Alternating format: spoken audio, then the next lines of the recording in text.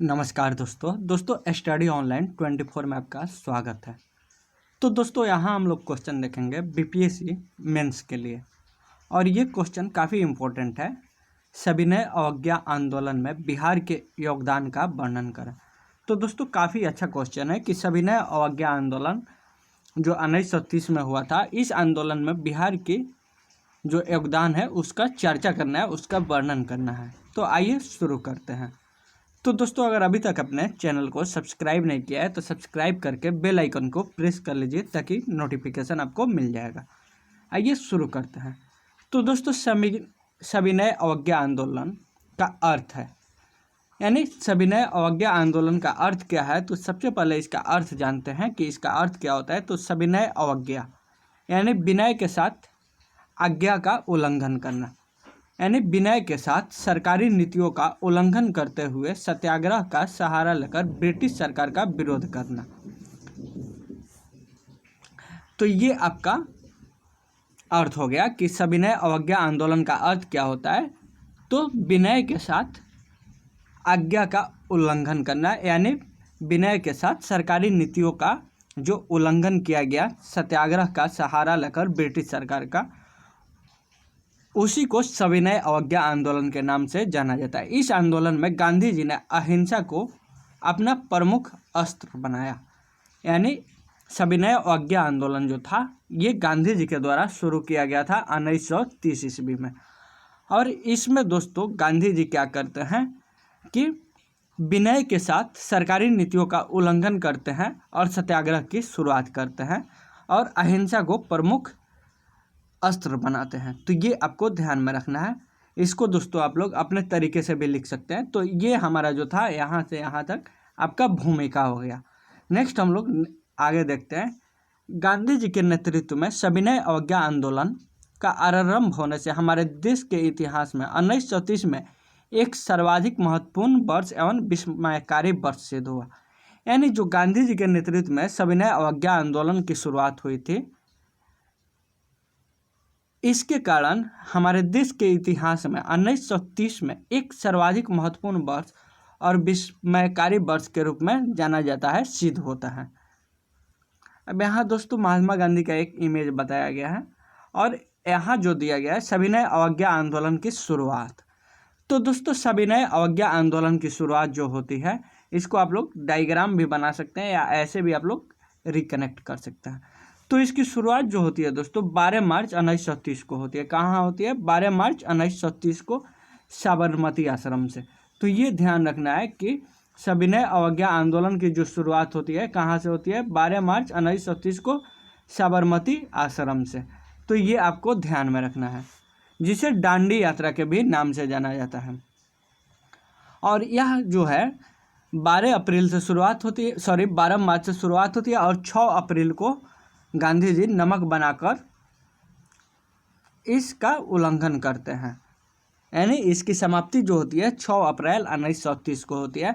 तो महत्वपूर्ण डेट आपको ध्यान रखना है कि 12 मार्च 1930 को सविनय अवज्ञा आंदोलन की शुरुआत होती है, जिसे दांडी यात्रा के नाम से जाना जाता है।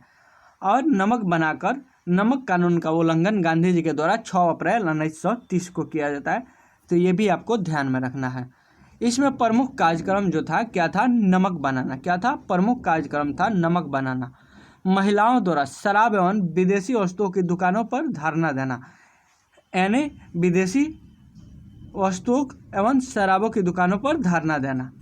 और यह जो आंदोलन था दोस्तों पूरे देश में हुआ था। कितने? पूरे देश में। और इसमें अस्पृश्यता का त्याग एवं सरकारी संस्थाओं का बहिष्कार भी किया गया था, यानी छुआछूत जैसी जो गंभीर समस्या थी हमारे देश में उसका त्याग किया गया था और सरकारी संस्थाओं का बहिष्कार किया गया था। और दोस्तों एक चीज़ और आपको बता दो कि 12 मार्च को जो ये शुरू हुआ था सविनय अवज्ञा आंदोलन 6 अप्रैल तक चला था। तो पिछले बीपीएससी में जो आपका 66 पीटी हुआ था उसमें एक क्वेश्चन पूछा गया था कि यह आंदोलन कितने दिनों तक चला था। तो दोस्तों इसका राइट आंसर 24 होगा। तो आप लोगों को कन्फ्यूज नहीं होना, यानी 24 दिन। कहीं कहीं आपको 25 दिन भी लिखा हुआ मिलेगा। तो आपका राइट आंसर 24 दिन होगा, ये ध्यान रखना है दोस्तों। अगर वीडियो आपको अच्छा लग रहा हो तो कमेंट करके ज़रूर बताइएगा। नेक्स्ट है पॉइंट, गांधी जी ने सविनय अवज्ञा आंदोलन का प्रारूप जो था दिसंबर 1929 में लाहौर में कांग्रेस के अधिवेशन में पारित किया। यानी गांधी जी के द्वारा सविनय अवज्ञा आंदोलन का प्रारूप दिसंबर 1929 में ही तैयार कर लिया गया था और लाहौर में कांग्रेस का जो अधिवेशन हुआ था वहीं पे इसको पारित किया गया था। तो ये आपको ध्यान में रखना है। नेक्स्ट है सविनय अवज्ञा आंदोलन। तो सविनय अवज्ञा आंदोलन से जुड़े कुछ बातें यहाँ बताई गई है। यानी सविनय अवज्ञा आंदोलन का जो प्रस्ताव था दिसंबर 1929 में लाया गया। तो ये आपको ध्यान रखना है और ध्यान से देखिए, मैं आपको बता देता हूँ, थोड़ा ये फ्रेश नहीं है। और ये जो आंदोलन का प्रस्ताव पारित हुआ था लाहौर अधिवेशन में, और इसके लाहौर अधिवेशन की अध्यक्षता कौन किए थे? तो दोस्तों जवाहरलाल नेहरू अध्यक्षता किए थे। काफ़ी इम्पोर्टेंट है, ये कई बार क्वेश्चन पूछा गया कि 1929 में जो लाहौर का अधिवेशन हुआ था उसकी अध्यक्षता कौन किए थे? तो जवाहरलाल नेहरू। और यहीं पे दोस्तों स्वाधीनता का प्रस्ताव भी पारित हुआ था। तो ये भी काफ़ी इम्पोर्टेंट है कि स्वाधीनता का प्रस्ताव जो पारित हुआ था सविनय अवज्ञा आंदोलन के दौरान ही 1929 में लाहौर अधिवेशन में हुआ था। और यह तय किया गया था, जो स्वाधीनता का प्रस्ताव पारित हुआ था उसी में तय किया गया था कि 26 जनवरी को स्वतंत्रता दिवस मनाया जाएगा, जिसके कारण हमारा देश तो 15 अगस्त 1947 को आज़ाद हो जाता है, लेकिन 26 जनवरी 1950 से हम लोग गणतंत्र दिवस मनाते हैं। तो ये भी एक समझने वाला तथ्य है। तो हम लोग स्वतंत्रता दिवस 26 जनवरी 1929 को मनाने का निर्णय लिए थे 1929 में लाहौर के अधिवेशन में, लेकिन हमारा देश जो है 15 अगस्त 1947 को आज़ाद होता है, इसलिए 26 जनवरी को गणतंत्र दिवस मनाने का निर्णय लिया गया। और इसी में सरकार का दमन चक्र भी चलाया गया था। लोगों की नाराज़गी जो थी और घोर निराशा जो थी ब्रिटिश शो के प्रति, ये उजागर हो गई और 1930 में सविनय अवज्ञा आंदोलन की शुरुआत होती है। तो ये आपको ध्यान में रखना है। नेक्स्ट अब देखते हैं कि बिहार में क्या योगदान था। तो दोस्तों बिहार में क्या योगदान था? तो गांधी जी के आह्वान पर, यानी गांधी जी के कहने पर बिहार में अनेक महिलाओं पर्दा से बाहर आकर गांधी जी की अपील का उत्तर दिया। यानी गांधी जी के आह्वान पर बिहार में अनेक महिलाओं ने पर्दा से बाहर आकर, यानी घर से बाहर आकर गांधी जी की अपील का उत्तर दिया। विशेषकर पटना में विदेशी वस्त्र का बहिष्कार किया गया। यानी असहयोग आंदोलन में गांधी जी के आह्वान पर महिलाओं ने घर से बाहर आकर गांधी जी के अपील का उत्तर दिया और विशेषकर पटना में विदेशी वस्त्र का बहिष्कार किया गया, जिसमें सफलता में मिली। उसका श्रेय अधिकांशतः महिलाओं को ही जाता है। यानी सविनय अवज्ञा आंदोलन में पटना में जो विदेशी वस्त्र का बहिष्कार किया गया उसका श्रेय अधिकांशतः महिलाओं को दिया जाता है। नेक्स्ट टॉप पॉइंट जो दिया गया है, श्रीमती विंध्याचली देवी ने इसमें प्रमुख रूप से भाग लिया। तो ये क्वेश्चन पूछा जा सकता है कि श्रीमती विंध्याचली देवी किस आंदोलन से जुड़ी थी? तो दोस्तों सविनय अवज्ञा आंदोलन से जुड़ी थी। काफ़ी इंपॉर्टेंट है और पटना क्षेत्र से जुड़ी थी। तो ऐसे भी आपका मेंस अगर आप तैयारी करते हैं दोस्तों, तो मेंस के साथ साथ आपका प्री का भी कई क्वेश्चन तैयार हो जाते हैं। नेक्स्ट पॉइंट है 15 अप्रैल 1930 को बिहार में नमक सत्याग्रह आरंभ हुआ। यानी ये भी क्वेश्चन बन सकता है कि बिहार में नमक सत्याग्रह कब आरंभ हुआ? तो 15 अप्रैल 1930 को। काफ़ी इंपॉर्टेंट है कि 15 अप्रैल 1930 को बिहार में नमक सत्याग्रह शुरू हुआ। चंपारण और सारण जिलों में नमक की मिट्टी से नमक बनाया गया, यानी चंपारण और सारण में। इसका प्रचार मुजफ्फरपुर, पटना, शाहाबाद आदि क्षेत्रों में भी हुआ। तो दोस्तों यहाँ भी एक प्री का फैक्ट आपको मिल गया कि बिहार में जो नमक सत्याग्रह की शुरुआत हुई थी कब हुई थी? तो 15 अप्रैल 1930 को बिहार में नमक सत्याग्रह की शुरुआत हुई थी। चंपारण और सारण जिलों के नमकीन मिट्टी से नमक बनाया गया था। नेक्स्ट है 4 मई 1930 को गांधी जी की गिरफ्तारी के साथ ही आंदोलन और तीव्र हो गया। यानी 4 मई 1930 को जब गांधी जी गिरफ्तार कर लिए जाते हैं तो यह आंदोलन और भी तीव्र हो जाता है और इस आंदोलन में महिलाओं ने बढ़ चढ़कर हिस्सा लिया। यानी सविनय अवज्ञा आंदोलन में गांधी जी की गिरफ्तारी कब होती है? तो 4 मई 1930 को। तो ये आपको ध्यान में रखना है। विदेशी वस्त्रों के बहिष्कार से प्रेरित होकर छपरा जेल के कैदियों ने विदेशी वस्त्र पहनने से इनकार कर दिया और स्वदेशी वस्त्र न मिलने पर नंगे रहने का निश्चय किया। तो एक ये भी आपका काफ़ी इम्पोर्टेंट टॉपिक हो जाएगा कि सविनय अवज्ञा आंदोलन के दौरान विदेशी वस्त्रों का जो बहिष्कार किया गया था, इससे प्रेरित होकर छपरा जेल के कैदियों ने विदेशी वस्त्र पहनने से इनकार कर दिया और स्वदेशी वस्त्र नहीं मिलने के कारण नंगे रहने का निश्चय किया। तो ये क्वेश्चन पूछा जाता है कि बिहार के किस जिले के कैदियों ने नंगा हड़ताल किया था। तो ये क्वेश्चन आपका छपरा जेल के कैदियों ने, काफ़ी इंपॉर्टेंट है। तो दोस्तों ऐसे ही आप क्वेश्चन एक दूसरे से लिंक करके याद रख सकते हैं कि बिहार के किस जिले में कैदियों ने नंगा हड़ताल किया था, नंगी हड़ताल किए थे। तो दोस्तों छपरा जिले के कैदियों ने नंगी हड़ताल किए थे। नेक्स्ट है, सविनय अवज्ञा आंदोलन के दौरान बिहार में चौकीदारी कर बंद करने के लिए भी आंदोलन हुए। यानी बिहार में दोस्तों चौकीदारी कर का भी विरोध किया गया, जिसका विस्तार मुख्य रूप से सारण, चंपारण, शाहाबाद, पूर्णिया, मुंगेर, पटना तथा अन्य जिलों में भी हुआ था। तो ये आपको ध्यान रखना है।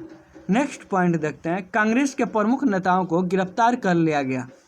यानी कांग्रेस के जो प्रमुख नेता थे उनको गिरफ्तार कर लिया गया और 30 जून 1930 को कांग्रेस को अवैध संस्था घोषित कर दिया गया।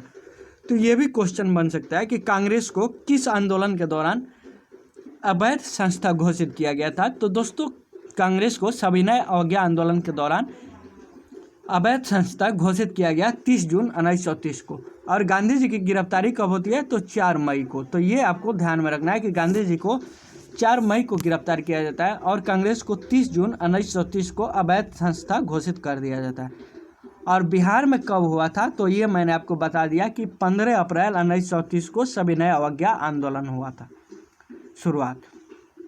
नेक्स्ट पॉइंट काफ़ी इंपॉर्टेंट है। 5 मई 1931 को गांधी इरविन समझौता होता है, जिसे दिल्ली समझौता का नाम से भी जाना जाता है। तो आपको ध्यान में रखना है कि 5 मई 1931 को गांधी इरविन समझौता होता है, जिसे दिल्ली समझौता का नाम से जाना जाता है, जिसके तहत अंग्रेजों ने कांग्रेस नेताओं की रिहाई की एवं गांधी जी के साथ द्वितीय गोलमेज सम्मेलन में भाग लेने के लिए स्वीकार किए। यानी 5 मई 1931 को जो गांधी इरविन समझौता होता है, जिसे दिल्ली समझौता कहा जाता है, इसके तहत क्या किया जाता है दोस्तों कि अंग्रेजों के द्वारा कांग्रेस के नेताओं की रिहाई कर दी जाती है और गांधी जी द्वितीय गोलमेज सम्मेलन में कांग्रेस की ओर से भाग लेने के लिए तैयार हो जाते हैं, यानी स्वीकार कर लेते हैं।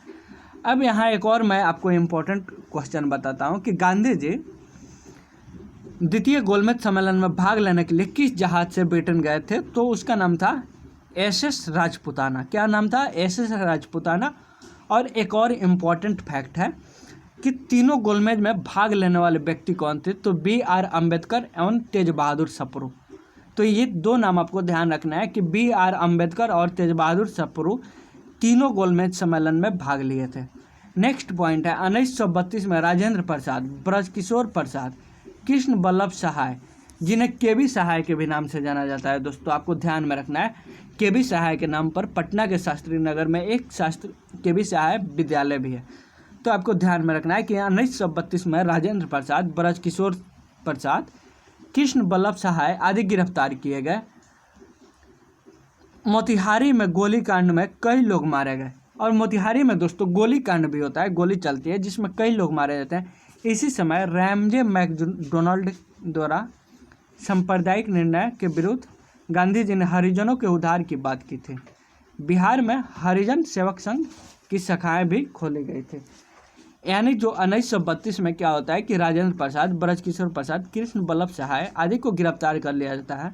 और इसी टाइम में दोस्तों मोतिहारी में गोलीकांड होता है। इसी समय रैमजे मैकडोनाल्ड के द्वारा 1932 में सांप्रदायिक निर्णय के विरुद्ध, जिसे सांप्रदायिक पंचायत के भी नाम से जाना जाता है, के विरुद्ध गांधी जी ने हरिजनों के उद्धार की बात की और बिहार में हरिजन सेवक संघ की शाखाएं भी खोली गई 1932 में। नेक्स्ट देखते हैं, इस आंदोलन में महिलाओं, कृषकों, शिक्षित मध्यम वर्गों का मुख्य योगदान रहा। यानी सविनय अवज्ञा आंदोलन में महिलाओं के साथ साथ कृषक, शिक्षित मध्यम वर्गों का महत्वपूर्ण योगदान रहा। मुसलमानों एवं श्रमिकों की अपेक्षाकृत कम भागीदारी रही और मुसलमान एवं श्रमिक वर्ग जो थे दोस्तों, इनकी भागीदारी कम रही। तो ये क्वेश्चन बन सकता है। नेक्स्ट इसका परिणाम क्या हुआ, निष्कर्ष, इसको हम लोग देख लेते हैं। तो दोस्तों सविनय अवज्ञा आंदोलन का निष्कर्ष क्या होता है, परिणाम क्या होता है, इसको देखते हैं। ये काफ़ी इम्पोर्टेंट होता है। जो क्वेश्चन के अंत में लिखा जाता है। तो इस प्रकार बिहार में सविनय अवज्ञा आंदोलन में समाज के विभिन्न वर्गों की भागीदारी रही। यानी बिहार में सविनय अवज्ञा आंदोलन की शुरुआत कब होती है? तो 15 अप्रैल 1930 को, जिसमें समाज के विभिन्न वर्गों की भागीदारी रहती है। यह आंदोलन पूरी तरह से सफल तो नहीं रहा, लेकिन इसने भारत छोड़ो आंदोलन का पृष्ठभूमि तैयार कर दिया। यानी सविनय अवज्ञा आंदोलन पूरी तरह से सफल नहीं रहा, लेकिन भारत छोड़ो आंदोलन का पृष्ठभूमि तैयार कर दिया। यह बिहार की महिलाओं के लिए अधिक मुक्तिदायी था। बिहार में मुसलमानों ने काफ़ी महत्वपूर्ण भूमिका निभाई। यानी बिहार में मुसलमानों ने भी बढ़ चढ़कर हिस्सा लिया, जिसमें अब्दुल बारी सिद्दीकी कौन थे? अब्दुल बारी थे, श्री हसन इमाम थे, मोहम्मद जुबैर जो मुंगेर के थे, ये सारे लोग शामिल थे। तो दोस्तों बिहार में जो मुसलमानों ने महत्वपूर्ण हिस्सा लिया उसमें अब्दुल बारी थे, हसन इमाम थे और मोहम्मद जुबैर थे। और दोस्तों एक और क्वेश्चन पूछा जाता है कि मोहम्मद जुबैर किसान आंदोलन में कहाँ से सक्रिय भूमिका में थे? तो दोस्तों मुंगेर में थे। तो दोस्तों ये जो क्वेश्चन था सविनय अवज्ञा आंदोलन से रिलेटेड था बिहार के संदर्भ में। तो दोस्तों वीडियो कैसा लगा आप लोग कमेंट करके ज़रूर बताइएगा। और दोस्तों यहाँ चाहें तो आप मैप बना के भी बिहार को डिनोट कर सकते हैं, जिसमें आप चंपारण, सारण आदि क्षेत्र को दिखा सकते हैं, जहाँ पे ये महत्वपूर्ण रूप से नमकीन मिट्टी से नमक बनाया गया था। तो दोस्तों वीडियो कैसा लगा आप लोग कमेंट करके ज़रूर बताइए। और दोस्तों अपने फ्रेंड्स में अधिक से अधिक शेयर कीजिए ताकि सबको इसका लाभ मिल सके। धन्यवाद दोस्तों।